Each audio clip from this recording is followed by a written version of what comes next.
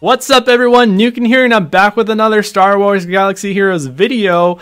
And today, man, there's going to be a lot of information dropped on everyone, but the most important thing to focus on is dark side territory battles. So this video will be specifically focusing on dark side territory battles. They're coming to you in a few days from now, and my goal is to make this less overwhelming for everyone. So I'm going to break down dark side territory battles generally speaking. I'm going to talk about the packs that are going to be coming to the stores, whether they're worth it or not, whether there's some value there.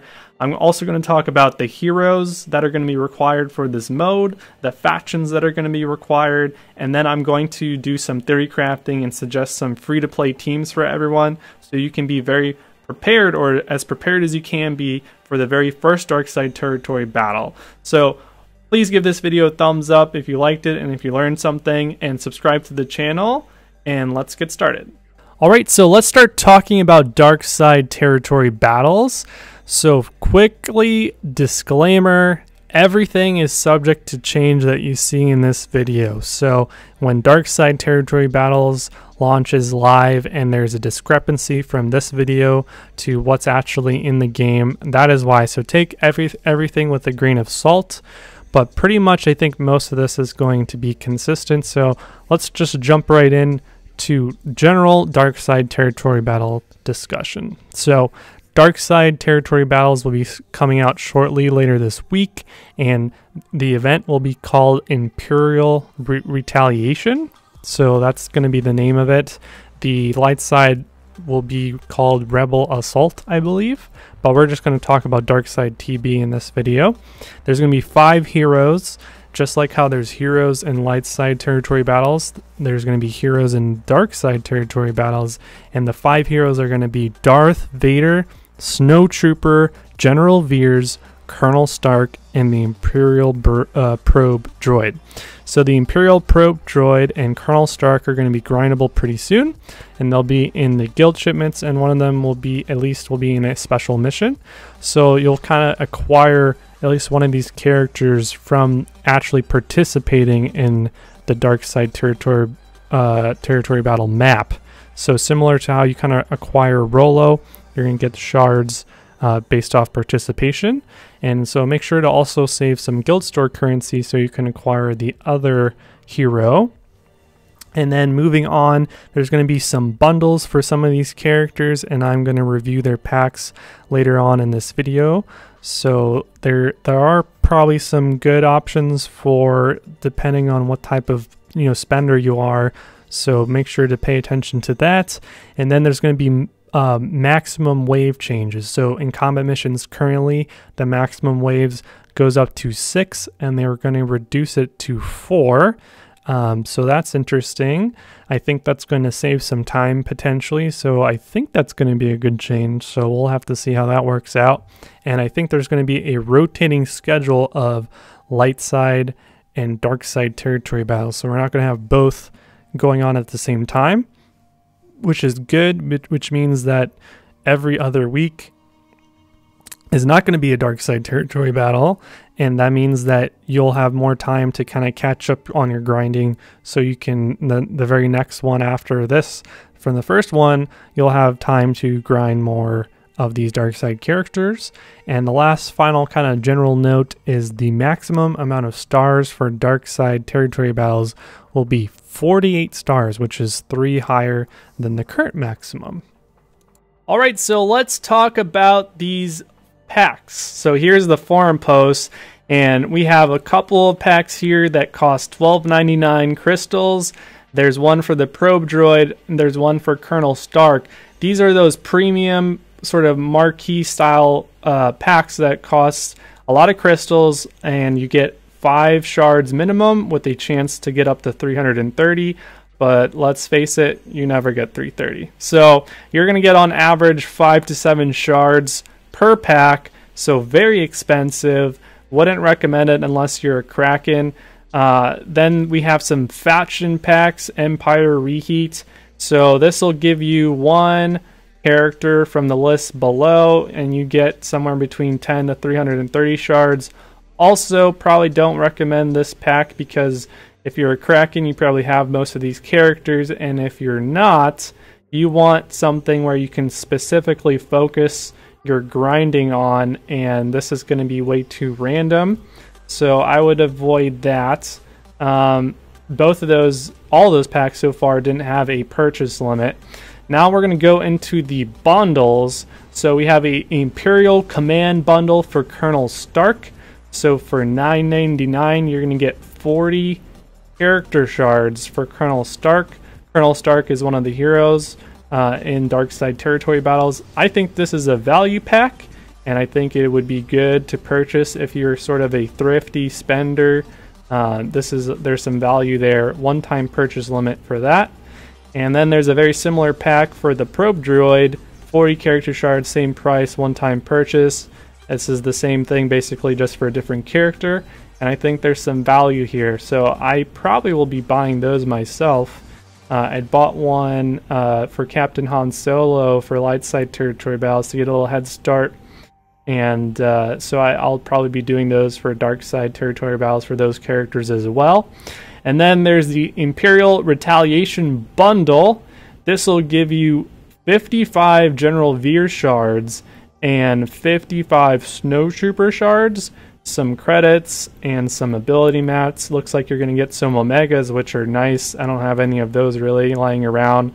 And that's going to be a one-time purchase for $65. I think there's going to be some gear. There was a similar pack with the Hoth Bros, Soldier and Scout, and this kind of reminds me of that pack.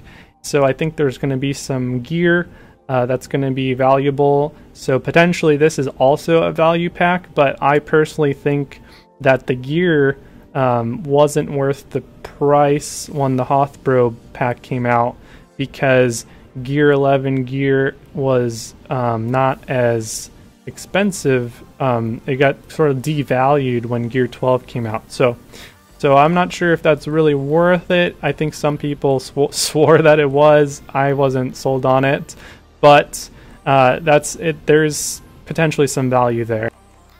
So the last pack here is for Director Krennic, who I think will probably be pretty good in Darkside Territory battles. For $14.99, you're getting 50 Director Krennic shards, so that's pretty good. Typically 50 shards would cost you around 4,000 or 5,000 crystals, and if you think about it, 5,000 crystals is approaching closer to the $50 mark, and this is for $15. So this is another value pack for thrifty spenders that don't have a 7-star Director Krennic. Alright, so we talked about Darkside Territory Battle heroes.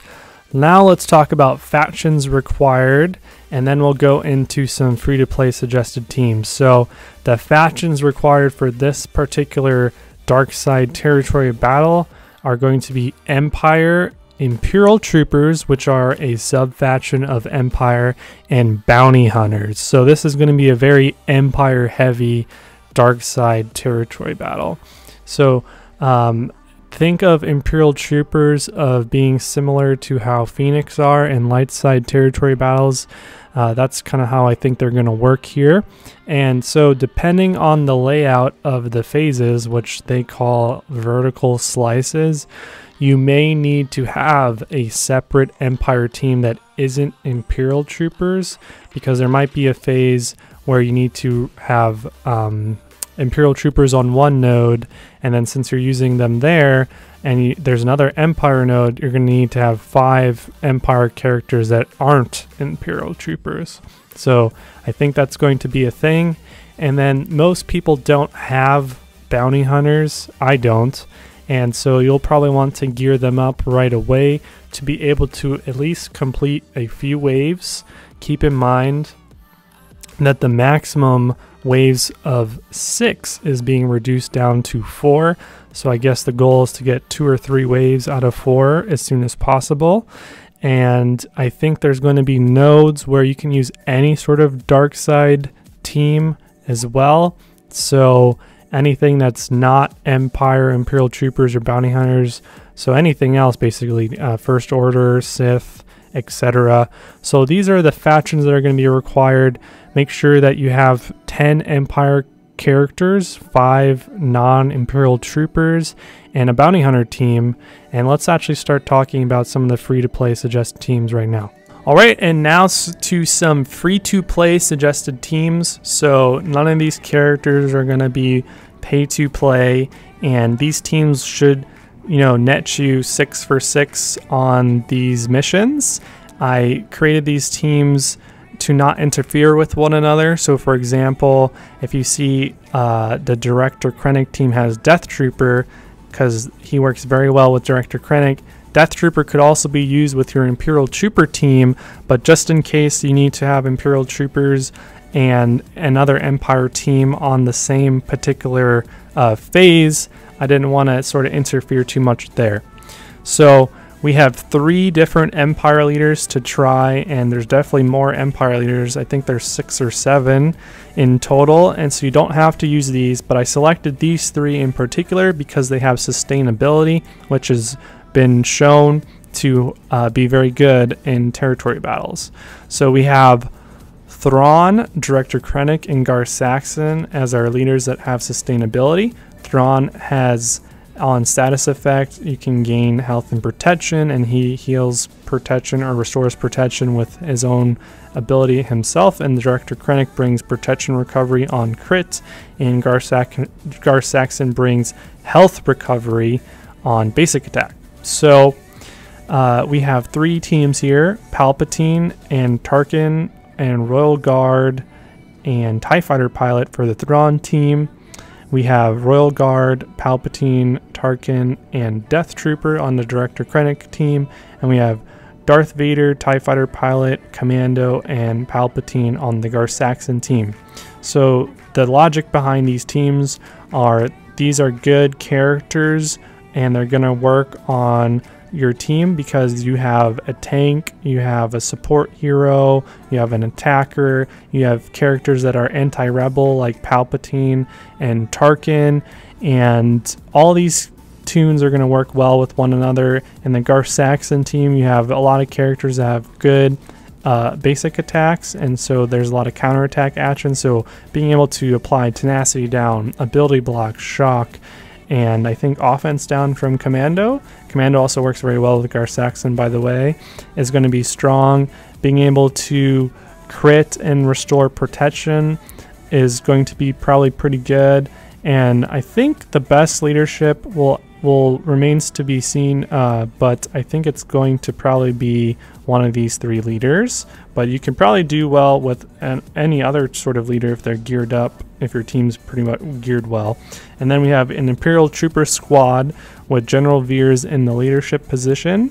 And just imagine Magma Trooper's Colonel Stark. He doesn't exist in the client right now, and but I think you would want to run him on your Imperial Trooper team.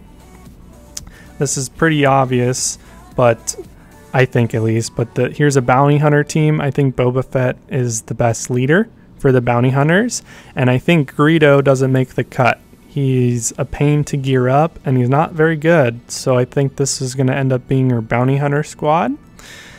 Then I think there's going to be some dark side nodes where there's no specific faction requirements, just like how there's light side nodes in light side territory battles. So some other dark side teams are going to be Sith, Night Sisters, First Order, etc. And so here's 2 Sith lineups. I think Darth Nihilus will end up being the better leader, and most combinations of Sith work well together. Dooku works particularly well with Darth Nihilus, and I think Sith Assassin and Sith Trooper, you want to group them up together, but I just wanted to display some of these Sith here. So I think the best lineup will probably be sort of Darth Nihilus. Whoops. Oh, darn it. Okay, the best lineup will end up being probably Darth Nihilus lead with Dooku, Sith Assassin, Sith Trooper, and Palpatine or Savage or something like that. Then we have Night Sisters. I didn't put Talzin in the leader position because she's paid to play, so a Night Sister team will probably do well if they're geared up. Could probably maybe even consider Old Daka lead as well. And then a First Order team, So Crew is pay to play, Kylo Ren unmasked, so we can't use him in at all or in the lead, although he does have the superior leadership, I believe. So we have Phasma lead with the old school First Order characters, Xylo, First Order Stormtrooper, First Order TIE Pilot, First Order Officer, and so those are some good general dark side teams as well, and those are all sort of the free-to-play suggested teams to try out right away when dark side territory battle launches. Alright, so I'm going to wrap up here. So this has been a video on dark side territory battles, and this is my Imperial Trooper team in some Galactic War, and I think I'm going to enjoy running them in dark side territory battles. Shout out to Dahlia Bumcover for presenting General Veers before me. He's maybe not as much of a rebel scumbag as I thought. And I hope you guys enjoyed this video. I hope that, you know, I can make this a little bit less overwhelming for everyone. If you have any questions whatsoever, you should probably come to the Republic Discord and ask them there. The link will be in the description as always, or drop a comment below. And until next time, cheers. The